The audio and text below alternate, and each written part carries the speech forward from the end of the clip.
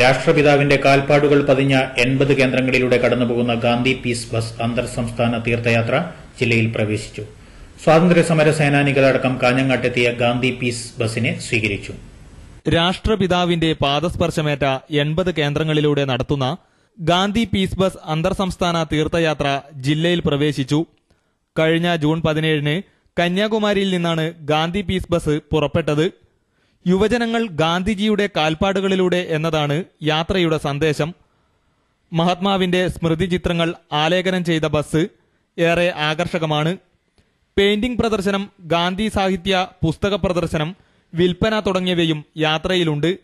Gandhi piece ബസിന് കാഞ്ഞങ്ങാട് നൽകിയ സ്വീകരണത്തിൽ സ്വാതന്ത്ര്യ സമര സേനാനികളായ കാഞ്ഞങ്ങാട് കുഞ്ഞമ്പു, KV നാരായണൻ എന്നിവരെ ആദരിച്ചു. അതുപോലെ തന്നെ ആദരണീയനായ പ്രമുഖ സ്വാതന്ത്ര്യ സമര സേനാനി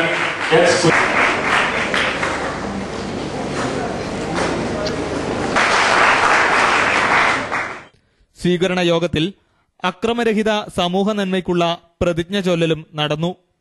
ടൗൺ ഹാളിൽ നടന്ന സ്വീകരണ പരിപാടി ഉദുമ MLA K. കുഞ്ഞിരാമൻ ഉദ്ഘാടനം ചെയ്തു. Kanhangad MLA E. ചന്ദ്രശേഖരൻ ഗാന്ധി പ്രഭാഷണം നടത്തി. നശീകരണ പ്രവർത്തനങ്ങളിൽ നിന്ന് പിന്തിരിയണമെന്ന് MLA പറഞ്ഞു. നഗരസഭാ vice chairman Prabhakaran Vazhunnoradi, Hosdurg tahsildar YMC Sukumaran, ജില്ലാ ഇൻഫർമേഷൻ ഓഫീസർ അബ്ദുൾ റഹ്മാൻ തുടങ്ങിയവർ സംബന്ധിച്ചു. ജില്ലയിൽ നീലേശ്വരം, കാസർഗോഡ്, മഞ്ചേശ്വരം എന്നിവിടങ്ങളിലും ഗാന്ധി പീസ് ബസിന് സ്വീകരണം നൽകി. ഇൻഫർമേഷൻ ആൻഡ് പബ്ലിക് റിലേഷൻ വകുപ്പ്, കേരള ഗാന്ധി സ്മാരക നിധിയുടെ ആഭിമുഖ്യത്തിലാണ് ഗാന്ധി പീസ് ബസ് സന്ദേശയാത്ര നടത്തുന്നത്. മംഗലാപുരത്ത് സമാപിക്കും.